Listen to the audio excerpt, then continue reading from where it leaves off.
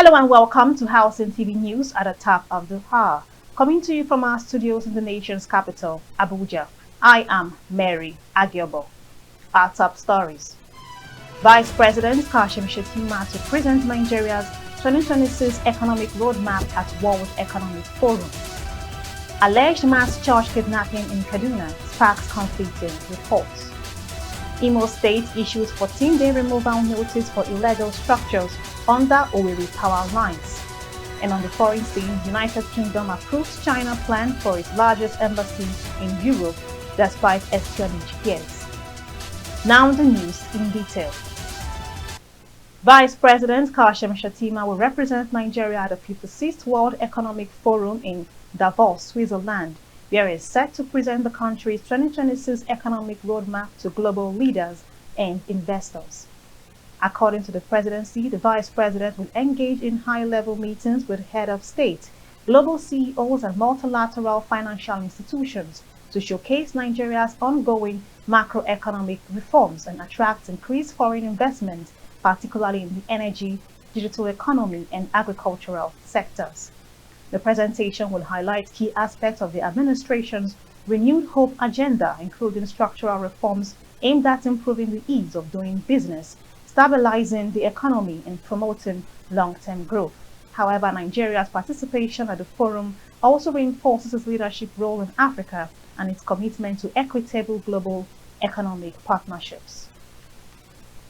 Speaking on Tuesday in Abuja at the opening of the Digital Nigeria International Conference and Exhibition, the Vice President said the government was compelled to take bold decisions in response to global economic uncertainties, including shifting alliances and rapid technological disruptions.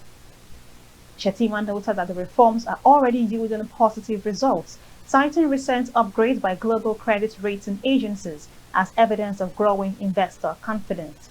He stressed that Nigeria can no longer rely on outdated solutions to address modern economic challenges. The Vice President also added that the conference theme aligns with the administration's reform agenda, emphasizing that Nigeria's long-term stability depends on digital transformation and the adoption of deep tech solutions across key sectors such as agriculture, healthcare, logistics, and governance. In another development, the First Lady, Senator Oluremi Tinubu, has described the National Institute for Policy and Strategic Studies, NIPS, as Nigeria's intellectual powerhouse. She spoke on Tuesday in Jos Plateau State while donating 250 million naira for the establishment of the Senator Oluremi Tinubu Center for Gender Equality and Sustainable Development. Addressing stakeholders and participants of the Institute's Senior Executive Calls 47, Mrs. Tinubu said the center aligns with Nigeria's national gender policy and key global development frameworks, including the Sustainable Development Goals and the African Union's Agenda 2063. She further expressed confidence that the center would promote gender inclusion, policy research, and sustainable development in the country. Moving on, the Senate has rejected explanations from the Nigerian National Petroleum Company Limited over unaccounted funds totaling 210 trillion naira from 2017 to 2023. The Senate Public Accounts Committee, led by Senator Aliu Wadada, said NNPCL failed to adequately address 19 audit queries raised by the Auditor General's office. Despite proposing the meeting date, NNPCL officials did not appear before the committee, prompting Senator Wadada to describe their absence as offensive evasiveness. He warned that proxy representation would no longer be accepted. The committee questioned how NNPCL claimed to have incurred 103 trillion naira in expenses and 107 trillion naira in receivables over 6 years, including 103 trillion naira paid in cash calls to joint venture partners in 2023, while total crude oil revenue from 2017 to 2022 was only 24 trillion naira, respectively. Reports of over 170 worshippers kidnapped during attacks on churches in Kajuru, Kaduna State have sparked confusion. The Christian Association of Nigeria said terrorists abducted the worshippers in Komin Wali community on Sunday. CAN reveals that 9 escaped, while about 163 remain captive. However, Kaduna State Police and local officials denied the claims, calling them false and saying no evidence of any kidnapping was found after investigations. The state government further urged calm and warned against spreading unverified information. Meanwhile, the opposition People's Democratic Party criticized the security situation and called for urgent government action. We take a pause here, and up next, a news story from the build sector. Do stay with us. This is Housing TV Africa on YouTube and click on the subscribe button. Subscribe to Housing TV Africa to stay updated on latest happenings in Nigeria's housing sector. Follow our social media pages, like and share our posts. On Facebook, Housing TV Africa. On Twitter, Housing TV Africa. Instagram, Housing TV Africa. Welcome back. Glad to have you join us on Housing TV News at the hour. Now to the build sector.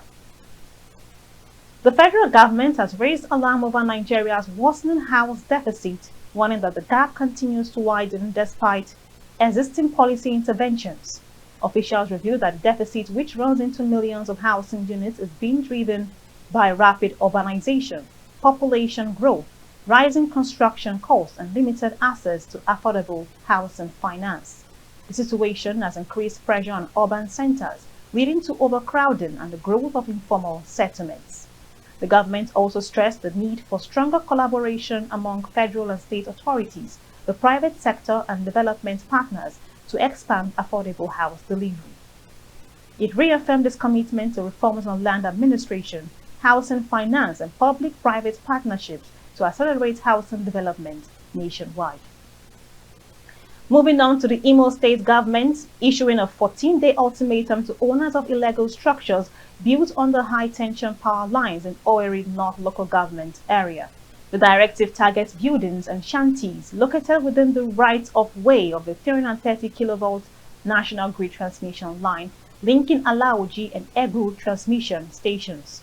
The notice was issued by the Office of the Governor on Monitoring and Compliance in collaboration with the Owerri Capital Development Authority. Officials warned that the structures violate electricity safety regulations and pose serious risks, including electrocution and fire outbreaks, planning laws on protecting public safety. Meanwhile, authorities said that after the 14-day deadline, demolition will commence with the cost of the exercise to be recovered from the affected property owners. Meanwhile, the state government reaffirmed its commitment to enforcing urban development. Moving on, the Lagos state government has announced an 18-week traffic diversion on the Lagos-Badagry Expressway beginning Monday, 19 January 2026. The diversion is to enable repair works on the Yanoba Interchange Bridge, including expansion joints and structural reinforcements aimed at improving safety and durability. According to the Ministry of Transportation, motorists heading toward Badagry from Mile 2 will be diverted into the service lane at Yanoba, while traffic from the opposite direction will experience lane narrowing. Additional last-mile officers have been deployed to manage traffic and heavy-duty vehicles, which are advised to use the route during off-peak hours. The government further urged motorists to cooperate, noting that the repairs are essential to maintaining the integrity of this key transport corridor. And now to the foreign scene. The British government has approved China's plan to build its largest embassy in Europe in London, despite concerns from lawmakers over possible espionage risks. The embassy will be built at the historic Royal Mint Court site near the Tower of London, ending a 3-year planning deadlock. The decision comes ahead of an expected visit to China by Prime Minister Keir Starmer, aimed at improving UK-China relations. Meanwhile, UK officials say intelligence agencies were involved throughout the approval process and that security measures are in place. However, opposition politicians and some local residents have criticized the move, warning that it could pose national security risks. That's the much we can take on Housing TV News at the top of the hour. Before we go, a quick recap of our top stories. Vice President Kashim Shettima to present Nigeria's 2026 economic roadmap at World Economic Forum. Alleged mass church kidnapping in Kaduna sparks conflicting reports. Imo State issues 14-day removal notice for illegal structures under Owerri power lines. On the foreign scene, United Kingdom approves China plan for its largest embassy in Europe despite espionage fears. For more news on the housing sector, subscribe to Housing TV Africa on YouTube and follow Housing TV on all social media platforms. Download the Housing TV Africa mobile app on Google Play Store and Apple Store. I am Mary Agiobo. Bye for now.